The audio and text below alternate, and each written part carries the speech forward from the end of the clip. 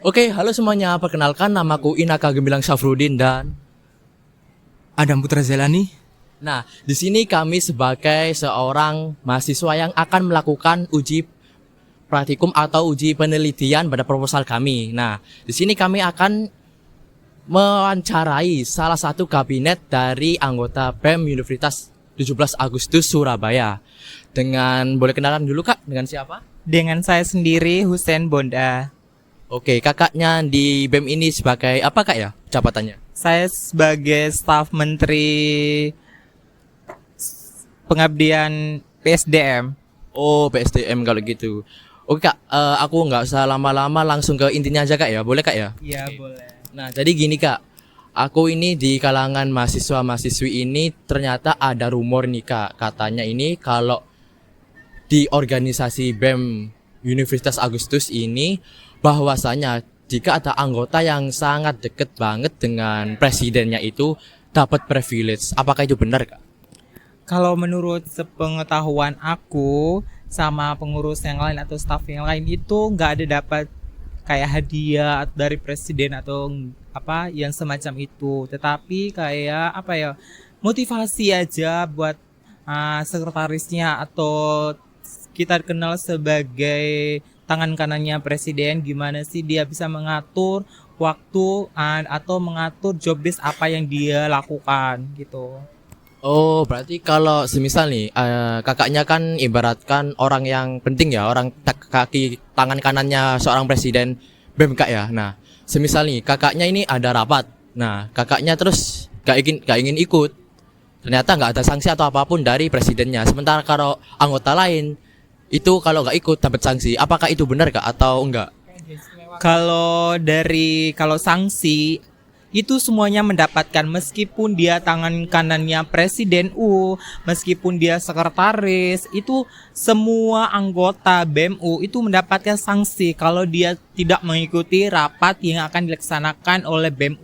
Jadi apapun yang dilanggar peraturan di BEM itu dia akan mendapatkan sanksi yang sudah disepakati kita bersama kayak gitu. Oh, berarti kalau rumor ini memang nggak ada benernya Kak ya. Ini cuma rumor doang Kak ya. Benar sekali.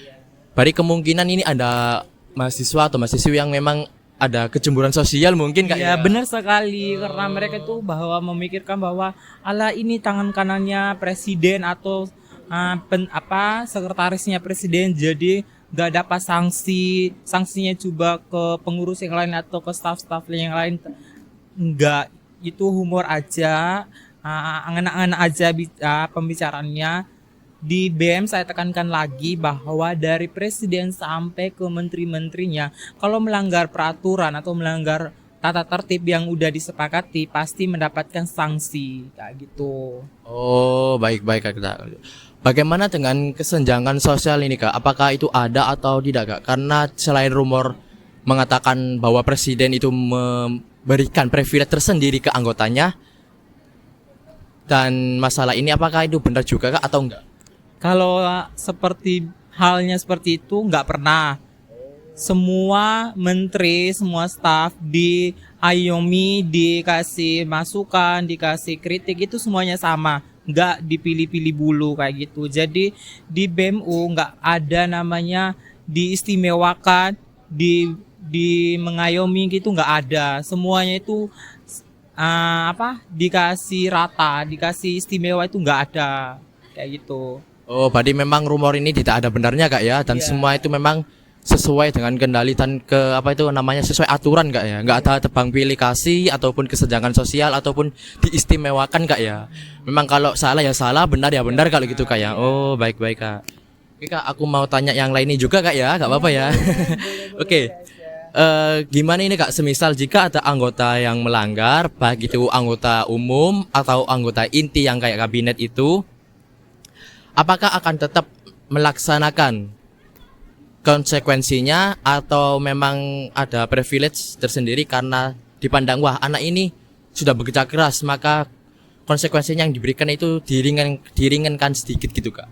Kalau dari contoh, salah satu dari menteri melanggar peraturan yang udah disepakati. Nah, itu dia harus bertanggung jawab apa yang dia perbuatkan dan mendapatkan sanksi apa yang dia lakukan gitu. Jadi nggak ada keistimewaan ala dia capek, dia banyak pekerja, terus dikasih keringanan untuk saksinya, itu nggak ada di BEM-U. Jadi saya tekan kembali bahwa di BEM-U kalau salah satu staf yang sudah melanggar peraturan, ya apa yang dia mendapatkan harus setara sama sanksi apa yang dia lakukan, apa yang dia dapatkan kayak gitu. Baik baik kak kalau gitu kak. Terus aku mau tanya nih kak, menurut kakak ini penegakan hukum di organisasi BEM kakak ini apakah sudah sesuai dan sudah layak dijalankan mengingat sesuai pada sila Pancasila kita dan pada ranah Undang-Undang Dasar kita, apakah sudah layak dan sesuai kak? Ya baik, jadi di peraturan BEM-U itu sudah dilaksanakan sesuai dengan Pancasila sama peraturan di BEM-U sendiri. Jadi aturan, tata tertib, hukum itu di BEM-U udah di jalan sesuai ranahnya kayak gitu kak. Oh baik baik kak. Kak, menurut kakak ini apa aja sih manfaat yang kakak rasakan dari penegakan hukum di BEM ini kak? Kalau manfaat yang saya tanggapi, ya dari saya sendiri belum pernah melanggar peraturan yang ada di BEM-U. Jadi saya juga belum merasakan sanksi apa yang saya hadapi selama ini sama rekan-rekan menteri sama menteri yang lain juga enjoy melakukan prokernya, manfaat yang banyak dapat kami dapatkan seperti hari ini yaitu Bazar hari kedua. Nah ini Bazar hari kedua ini kan dilaksanakan sama BEM-U terutama dari Menteri Ekonomi Kreatif. Nah mereka adakan Bazar hari kedua gini. Jadi manfaatnya tuh sangat besar bahwa Bazar ini membangun jiwa-jiwa wirausaha para mahasiswa untuk ke masa depannya kayak gitu kak. Oke. Iya. Berarti memang penegakan hukum satu sisi lain memberikan kita kedisiplinan dan yang lain ketertiban, juga memberikan manfaat yang luar biasa yang lain kak ya. Kalau gitu kak ya. Oke. Oke kak, sekarang aku mau memberikan sesi pertanyaan keduanya kak oleh temanku. Adam silakan. Oke. Pertanyaan selanjutnya ya kak ya, dari saya, apa saja jenis sanksi yang diberlakukan terhadap pelanggaran hukum di internal khususnya di BEM? Iya.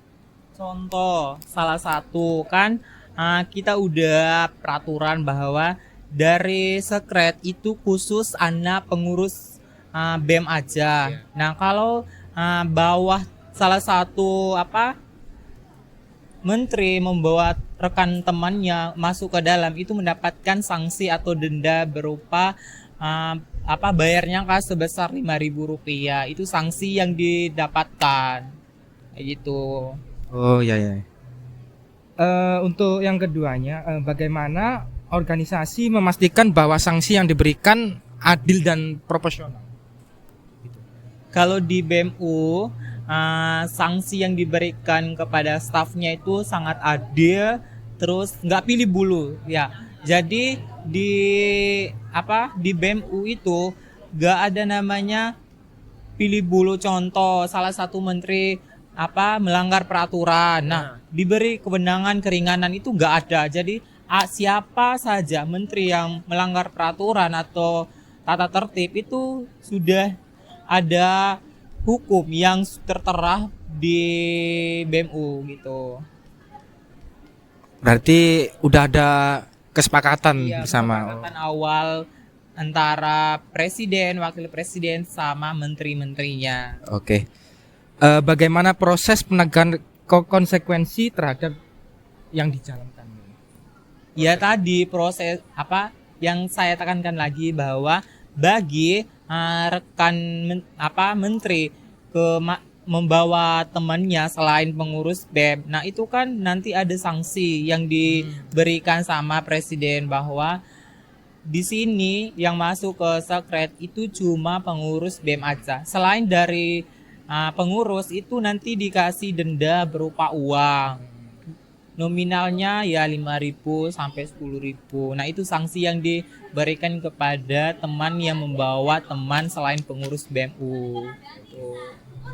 Ada pertanyaan lagi nih. Apakah Anda merasa bahwa penegakan konsekuensi sudah berjalan secara konsisten dan adil menurut Kakak sendiri? Kalau menurut saya, penegakan hukum di BEMU itu udah berjalan sesuai ranahnya, sudah adil sama satu sama lain. Terus ya tadi nggak pilih bulu antara menteri satu sama menteri yang lain. Jadi udah adil, udah berjalan sesuai ranahnya sama hukum yang ditegakkan oleh presiden mahasiswa kayak gitu. Oke.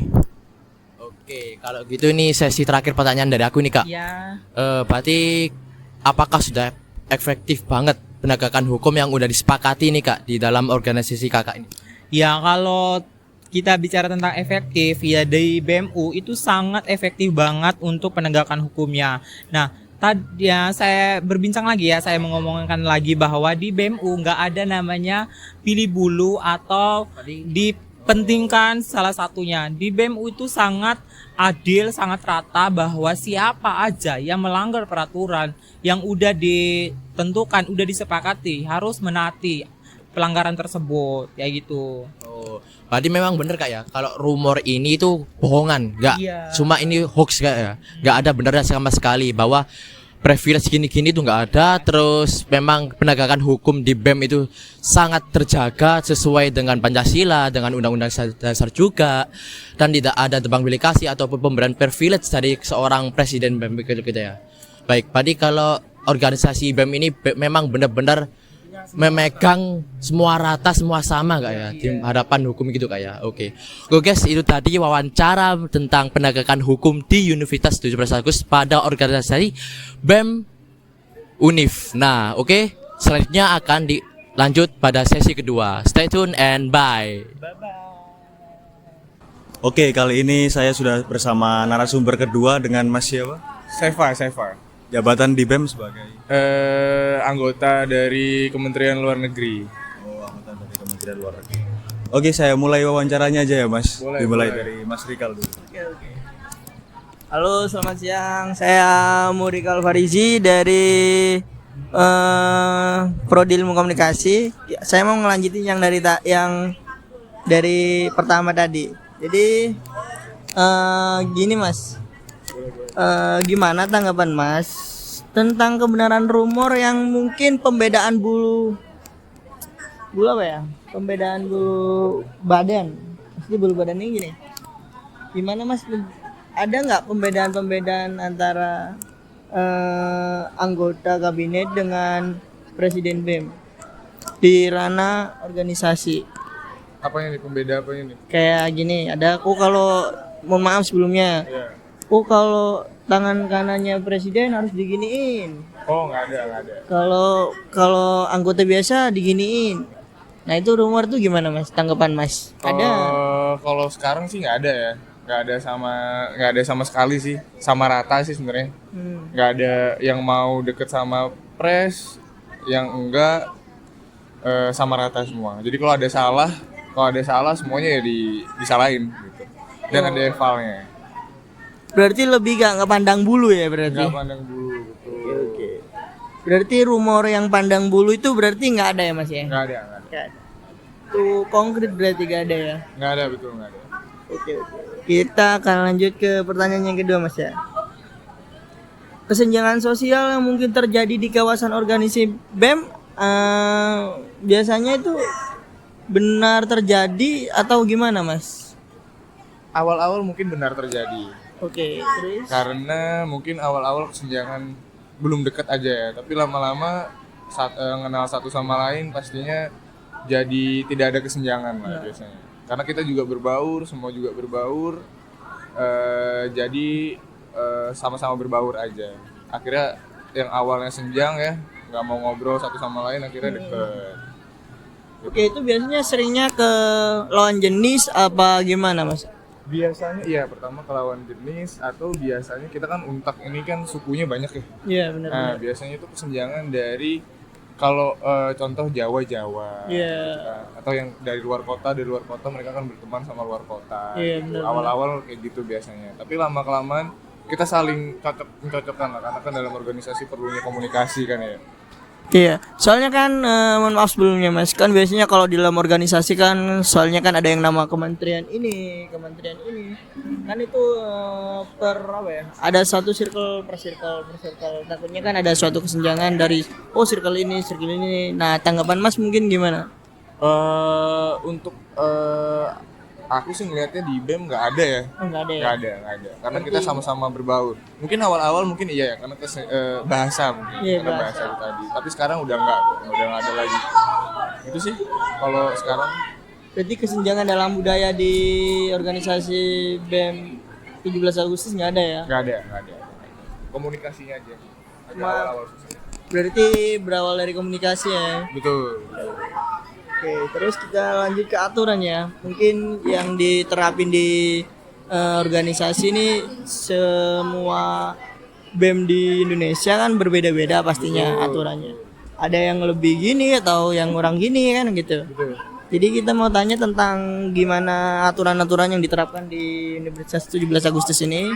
Terutamanya yang tentang bagaimana anggota umum atau biasa dan anggota kabinet akan menjalani hukuman yang sama jika kedebatan melanggar aturan yang sudah ditetapkan bersama. Maksudnya itu gini, ada beda nggak kalau si anggota kabinet sama anggota biasa? Ada yang salah satu melanggar nih. Kira-kira itu hukumannya sama apa enggak? Akan sama, pastinya sama, karena sudah beberapa kali juga waktu awal-awal yang anggota kabinet bahkan yang anggota biasa juga banyak melakukan kesalahan, akhirnya di reshuffle, diganti. Jadi Oke. sama rata. Sekarang lagi. Mau dia ketua kabinet, mau anggotanya, pasti kalau ada salah akan di reshuffle kalau kesalahannya fatal ya. Oke. Nah itu contoh yang konkret mungkin Mas ada nggak? Contoh di saat kalau kita lagi kalau misalnya kita lagi mau ngadain acara atau kita mau ngadain kegiatan, kalau semisal ini yang anggota yang ditunjuk tidak bisa, Nah, tidak kompeten, oke. anggota-anggota lain akan komplain. Oke. Nah, itu akan menjadi pertimbangan buat pres juga, dan pres biasanya akan melihat juga, oh ternyata benar nih komplainan dari anak-anak, akhirnya biasanya di reshuffle kalau komplainannya terlalu parah. Oke. Jadi ngelihat dari komplainan anak-anak juga ngelihat dari si anggota ini bener apa enggak gitu. Oke. Berarti lebih tepatnya pertimbangan dulu ya Mas ya? Pertimbangan. Ya langsung mutusin, aturan ini dia soalnya kabinet atau apa, berarti ditimbangin dulu, iya benar dia melakukan kesalahan, berarti gitu ya Mas ya? Betul. Oke. Yang kedua, gimana tanggapan Mas tentang penegakan hukum yang ada di dalam organisasi BEM? Sudah sesuai atau layakkah untuk dijalankan mengingat sesuai pada sila ke-5 di undang-undang negara ini? Maksudnya gini, kira-kira aturan-aturan yang ada di dalam BEM itu sudah sesuai nggak sama Pancasila ayat ke-5? Ada nggak aturan-aturannya seperti itu? Menurut aku masih belum sempurna ya. Iya, Tapi iya. pasti aturan di BEM diusahakan untuk selalu dilaksanakan. Oke. Walaupun masih kurang sempurna, apalagi kita BEM ini mahasiswa, kita masih pelajar. Iya benar. Jadi masih banyak salahnya dan masih banyak belajar untuk penegakannya. Tapi overall berjalan kok sesuai dari sila Prosedur. kelima kita. Oke. Berarti kita lebih ke pembaruan ya. Betul. Akan memperbarui lebih meningkat ya. Ya, kita Oke. akan proses terus Pak. Oke. Dari saya pribadi cukup itu Mas yang akan ditanyain. Mungkin dari teman saya akan melanjutin pertanyaan-pertanyaan yang lain. Oke. Saya akan berikan beberapa pertanyaan lagi ya Mas. Menurut Masnya, apakah penegakan hukum di BEM telah memberikan dampak positif bagi seluruh anggota dan kabinet? Oh sangat positif. Karena Karena dari beberapa kali kejadian juga yang kalau ada anggota yang tidak kompeten kita reshuffle, berarti kan kita juga belajar. Oh, teman kita nih dia nggak kompeten diganti. Berarti kita harus belajar tanggung jawab nih. Kita udah dikasih tugas, dikasih amanah, berarti kita harus tanggung jawab. Itu juga merubah diri saya. Oh, berorganisasi, bersosialisasi, bersosial anggapannya. Pastinya kita punya beban atau tanggung jawab yang harus kita pegang. Gitu. Biar yang rugi nggak kita sendiri gitu. Kalau mau rugi sendiri ya udah nggak usah organisasi gitu. Karena ini kan kepentingan orang banyak. Jadi kalau kamu salah tuh ruginya kan ke semua orang. Organisasi ya? Betul. Oke, pertanyaan selanjutnya, apa jenis sanksi yang diberlakukan terhadap pelanggaran hukum di internal organisasi? Pertama biasanya ada evaluasi dulu. Oke. Biasanya ada evaluasi dulu. Evalnya itu tadi kalau misalnya ada yang salah, kita biasanya kasih SP dulu. SP1, SP2, kalau udah SP2 nggak bisa dikasih tahu, bisa di-reshuffle, diganti. Nggak peduli itu dekat sama pres atau wapresnya, itu akan diganti. Jadi kita mencari orang-orang yang kompeten. Disaring banget berarti ya? Betul, disaring banget. Baik, pertanyaan selanjutnya Mas. Apakah peraturan penegakan hukum yang sudah dibuat dengan seksama sudah sesuai dengan kondisi dan situasi yang ada dalam organisasi BEM ini? Sudah sangat sesuai gitu. Jadi kita nggak ngelihat bahwa ini orang dia punya misalnya contoh skill dari ada Kementerian Kominfo gitu kan, dia punya skill ngedit dia bagus bla bla bla segala macem, dia buat kesalahan fatal ganti dia buat kesalahan fatal, dia tidak berkompeten di saat kasih tugas atau bertele-tele lah dikasih tugas, walaupun dia skillnya bagus bla bla bla, kita ganti, kita buang gitu, kita ganti. Banyak kok orang yang lebih berkompeten dari dia gitu. Skillnya lebih bagus, lebih bertanggung jawab, lebih punya manner, banyak. Oke, itu aja dari wawancara dari kita ya Mas. Saya ucapkan terima kasih buat Mas Eva karena mau diwawancarai ya. Thank you. Oke, itu aja dari kita. Terima kasih. Oke, sekarang aku akan mewawancarai kepada Presiden BEM atau Ketua Organisasi Badan Eksekutif Mahasiswa. Nah, sebelumnya perkenalkan, namaku Inaka Geblang Safruddin dan temanku. Saya Brian Lee. Nah, kali ini aku akan mewawancarai presidennya langsung ini. Nah, boleh kenalan dulu Kak? Ya, nama saya Bintang Putra Zilikrom dari Prodi Manajemen Fakultas Ekonomi dan Bisnis. Nah, oke. Tanpa basa-basi langsung aja Kak ya, supaya waktunya lebih singkat gitu Kak ya. Oke Kak. Nah Kakak kan sebagai Presiden BEM atau Ketua organisasi yang sekiranya itu di tingkatan paling atas kan ini Kak ya, di sebuah universitas. Nah, ternyata Kak, aku waktu mau penelitian, ada rumor ini Kak mengatakan bahwa Kakak ini memberikan privilege tersendiri ke kabinet yang deket Kakak atau anggota yang lain. Jadi Kakak itu kayak seakan-akan tebang pilih gitu Kak. Apakah itu benar atau enggak Kak? Hoax itu Kak? Wah, itu hanya ini aja, kabar burung aja sepertinya. Mungkin masih bertaut dengan tahun-tahun sebelumnya, entah gimana ya, karena itu memang apa istilahnya ya, kayak udah menjadi kebiasaan yang buruk lah. Kalau dari saya sendiri untuk tahun ini, saya tidak akan membeda-bedakan, entah kalian dekat sama aku, entah kalian belum kenal sama aku. Kalau kamu udah ada di BEM, ada di kabinetku, ya ayo kita gerak-gerak bersama. Kalau kamu ada salah, aku memberikan arahan, kita akan evaluasi bersama gimana enaknya, tanpa kita tumbang tindih ataupun berat sebelah lah. Jadi kan kalau nanti berat sebelah, ada ketimpangan sosial dari anggota-anggota BEM yang lainnya. Itu yang membuat organisasi yang buruk dan juga animo organisasi tersebut jelek lah istilahnya gitu. Oke, berarti memang itu udah hoax Kak ya. Mungkin itu ada orang yang cemburu sosial ke Kakak atau ke organisasi Kakak mungkin Kak ya. Oke. Berarti memang rumor ini tuh hoax Kak ya, palsu ya, nggak benar Kak ya. Oke. Dengan pegang kendali Kakak sendiri, prinsip kakak seperti itu yang tadi kak ya. Oke. Terus apakah ada kesenjangan sosial kak di anu sendiri, ataukah memang kakak ini memang benar-benar memegang prinsip kakak adil untuk semuanya? Untuk kesenjangan sosial ini gimana ya ceritanya?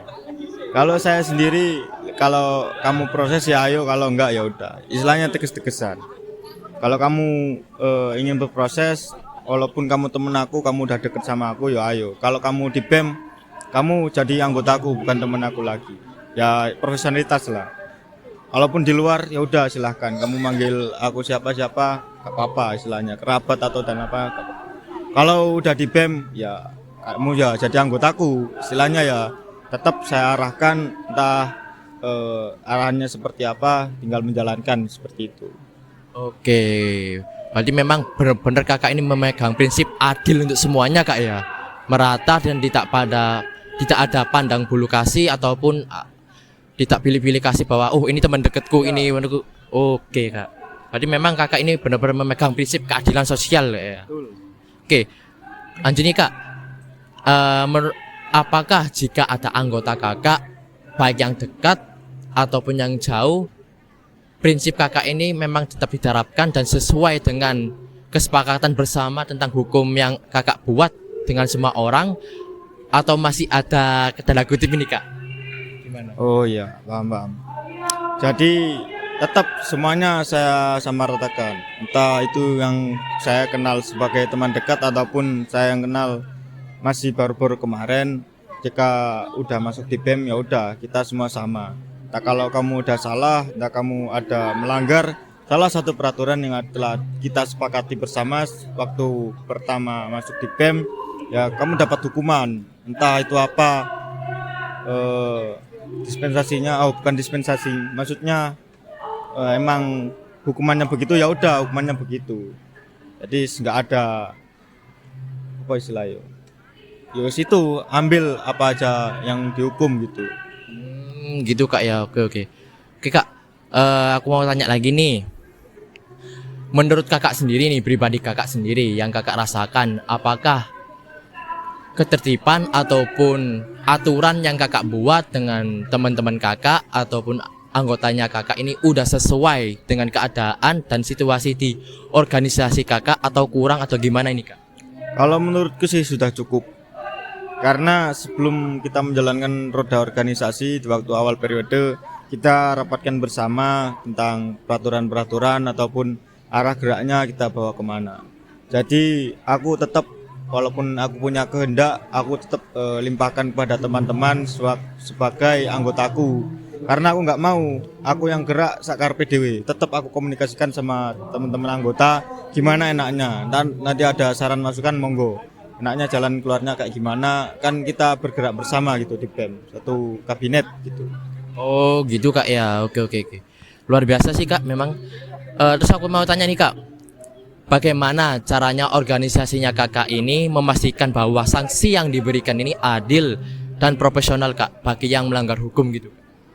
Kalau aku begini, salah satu awal masih pertama biasa, maksudnya oh ya cuma teguran, hanya omongan aja. Kalau udah kedua nanti saya sanksi pertegas lagi, entah itu ada apa diberikan hukuman ataupun SP1 lah istilahnya. Baru kalau udah pelanggaran ketiga saya langsung SP orangnya itu. Entah saya keluarkan atau ganti yang lain. Karena itu udah kesepakatan bersama waktu di awal periode begitu. Oke kak. Berarti menurut kakak sendiri sudah seberapa efektif penegakan hukum yang sudah dibuat kakak ini sama teman-temannya kakak di organisasinya kakak ini? Ini dalam bentuk apa? Persentase atau gimana? Campuran kak, persentase juga iya dan pihak pendukung lainnya juga iya. Kalau saya nilai ini masih ada 80% karena 20%-nya ini masih menelaah lagi entah ini kebenaran ataupun masih simpang siur. Karena dari anggota saya pun ada 1-2 yang begitu.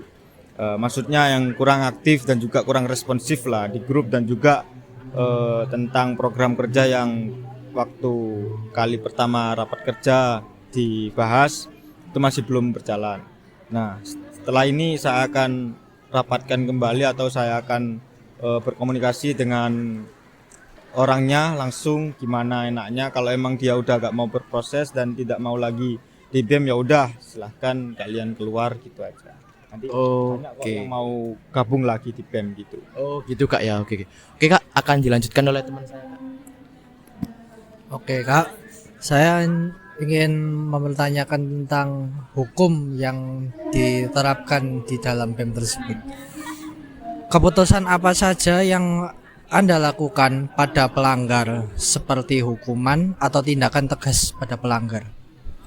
Seperti yang saya bicarakan pada awal tadi, saya akan memberi peringatan seperti hanya teguran pertama itu. Kemudian udah kedua kali saya nanti akan kasih SP 1, itu teguran tegas. Kemudian kalau udah emang 3 kali kekeh gak bisa dibilangin ataupun gak mau dikasih arahan lagi, baru saya kasih SP 2.